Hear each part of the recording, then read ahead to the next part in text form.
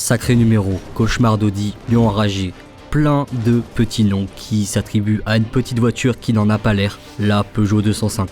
Attends, ça, le cauchemar d'Audi, tu rigoles, j'espère. Non, pas du tout. Pour la plupart d'entre vous, la 205 c'est bon, au mieux une vieille voiture et pour d'autres, vous savez même pas de quelle caisse je parle. En gros, la 205 c'est ça.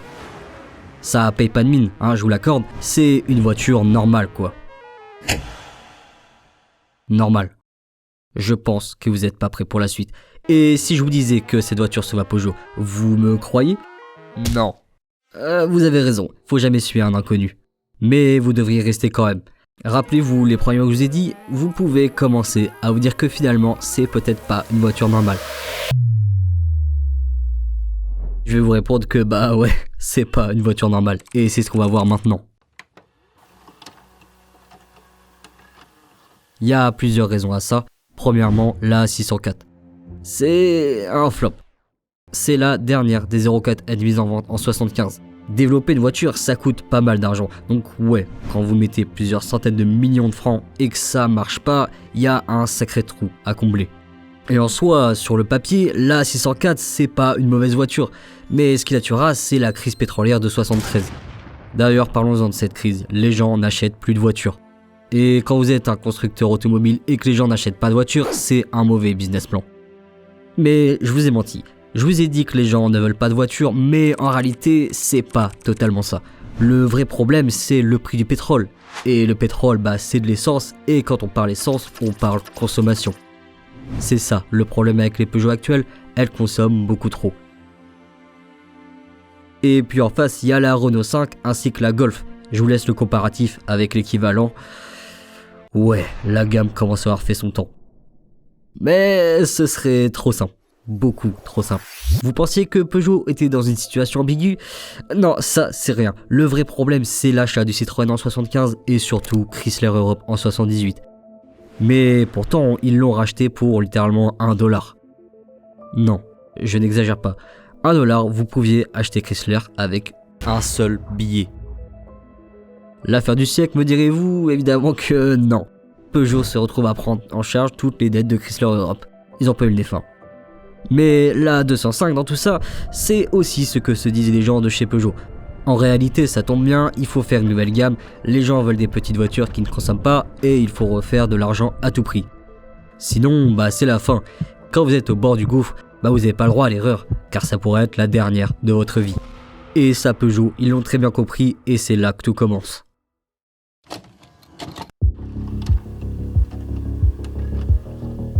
Bon, pas le choix, la 205 doit être parfaite. Sous le nom de projet M24, le projet commence fin 77, très légèrement avant le rachat de Chrysler Europe. A la base, le cahier des charges est assez simple. Il faut une voiture compacte mais spacieuse, qui soit assez puissante tout en ne consommant rien, maniable, jolie, moderne et tout ça en faisant un maximum d'économies sur les coûts de production. Il y a tellement d'obstacles et d'imprévus, ça paraît presque impossible du fait de tout ce que je vous ai raconté plus tôt. 3 ans. C'est le temps qu'il faudra pour que le premier prototype de 205 voie le jour. Et ce prototype, le voici. Je vous avais prévenu, ça paye pas de mine. Mais elle a du charme, non? Le cahier des charges est respecté, ça devrait donc marcher. Cependant, il manque quelque chose pour que cela puisse fonctionner. De la chance? Du talent? Non, j'aurais plus vu ça comme de la magie. La magie, c'est du rêve. Faut faire rêver les gens. Et c'est ça, la solution. Est-ce que vous vous rappelez du lion enragé? Je sais que certains d'entre vous le savent déjà, mais dans les années 80, il se passe un truc du côté du sport auto, et plus particulièrement en rallye, le groupe B.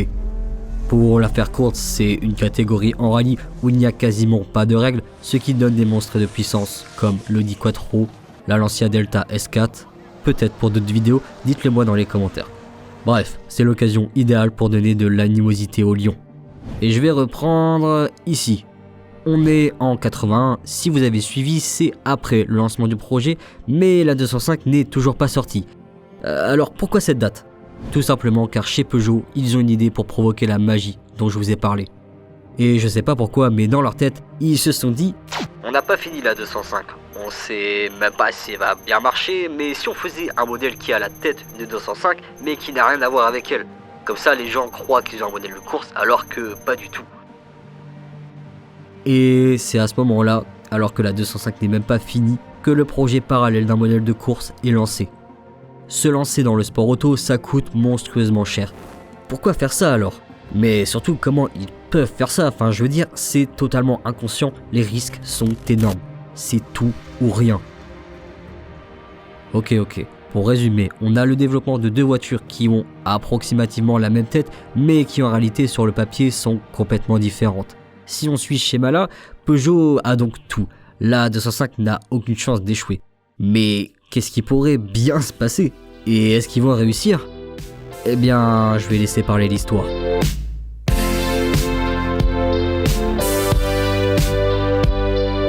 C'est là que le marketing rentre en jeu. Le 23 février 1983, la nouvelle Peugeot 205 est dévoilée au grand public. Je vous montre des images, il y a un truc qui cloche. C'est pas la vraie 205. Enfin, si c'est une 205, mais c'est quoi alors? Laissez-moi vous présenter la 205 Turbo 16, ou T16, c'est plus simple. Bien qu'elle ressemble beaucoup à une 205, en réalité c'est la seule chose qu'elles ont en commun. Mais ça Peugeot, ils ne disent pas, et ils ont bien raison, car on peut pas faire deux fois une première bonne impression. C'est donc la première impression que donne la 205. Personnellement, je l'achète. 24 février, soit le jour d'après, la commercialisation de la vraie 205 commence. Et elle plaît. Son design, sa prise en main, sa consommation et son prix, tout est là. Et ouais, elle plaît vraiment. La 205 marche plutôt bien, mais jusque-là, c'est juste une citadine très bien faite. Et on va pas se mentir, il faut plus que ça. Jusque-là, elle n'était que disponible en essence, et en septembre de cette même année, des versions diesel sont enfin disponibles. Et pour une seule bonne raison, 3,9 litres au 100. Comme quoi, les vieilles voitures, ça consomme pas tant que ça. Et tout le monde la veut. Les auto-écoles, les entreprises, les particuliers, quand elle arrive sur le marché, c'est la reine de l'économie. La 205 commence à vraiment bien marcher. On la voit à chaque coin de rue, on la voit absolument partout, et même à la télé.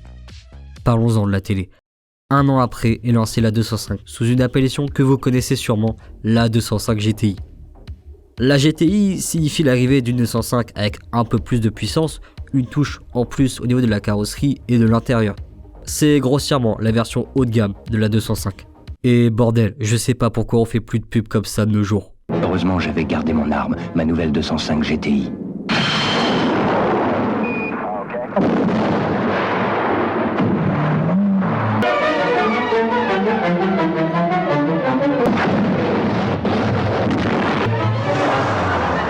J'ai failli attendre.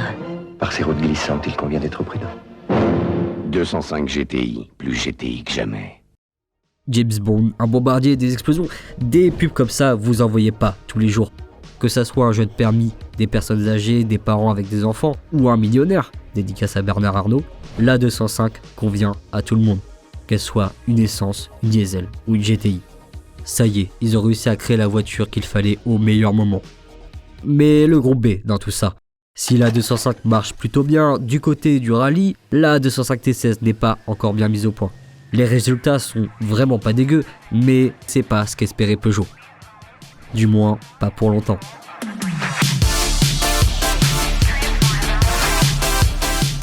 Il faut que les gens se souviennent de vous, que ça passe par des accomplissements ou par des événements, qu'importe, ces choses se doivent d'être intemporelles. Peugeot s'est pris au jeu, ils ont dit au monde qu'ils allaient gagner, ils gagnent mais ça leur suffit pas. 1985, ils vont créer le vrai monstre qui sommeille dans la T16, en développant une deuxième version, la 205 T16 Evo 2. Je sais, ça fait une appellation longue et chiante, on parlera donc de l'Evo 2. L'Evo 2 est plus puissante, châssis revu, allégé, aéro retravaillé, bref, déjà que l'Evo 1 était terrifiante, là on joue carrément plus dans la même catégorie. C'est vrai que 350 chevaux ça suffisait pas, fallait en rajouter 150 de plus. Ah, les années 80. Et il se passera ce qui devait se passer. L'Evo 2 atomisera tout sur son passage. Champion du monde constructeur et pilote du groupe B en 85 et 86 avec un total de 13 premières places. On est sur une domination totale pendant 2 ans. Malheureusement, toute bonne chose a une fin. Le groupe B, jugé trop dangereux que ça soit pour les pilotes ou les spectateurs, est définitivement banni après la saison de 86. Vous pensiez vraiment qu'on allait s'arrêter ici ?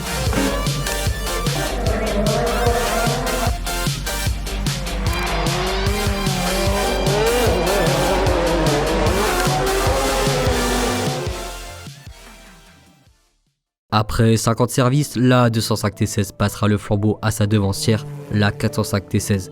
Mais ce qui est sûr, c'est qu'elle aura plus que marqué cette période, et ça, les gens s'en souviennent encore. Et vous pouvez me dire, le rapport avec la 205, enfin, j'ai vraiment besoin de le réexpliquer. La phase finale du projet M24 était donc terminée. Dans l'imaginaire du public, la 205 qui gagne en course, c'est la même que celle qu'on peut voir dans les rues. Et c'est cette touche finale, avec les pubs toujours plus folles, qui permettra à la 205 de vivre encore bien longtemps. Avec ses plus de 5 millions d'exemplaires vendus, la 205 a contribué au sauvetage de Peugeot. Sans cette petite voiture, la marque Lyon ne serait sûrement pas ce qu'elle est devenue aujourd'hui. J'espère maintenant que quand vous verrez une 205, vous ne passerez plus indifférent à son regard et que vous vous direz que finalement, c'est pas une voiture si normale que ça. On a beau dire ce qu'on veut, c'est quand même un sacré numéro. Et il y a fort à parier qu'ils ne feront plus jamais une voiture comme celle-ci. À moins que...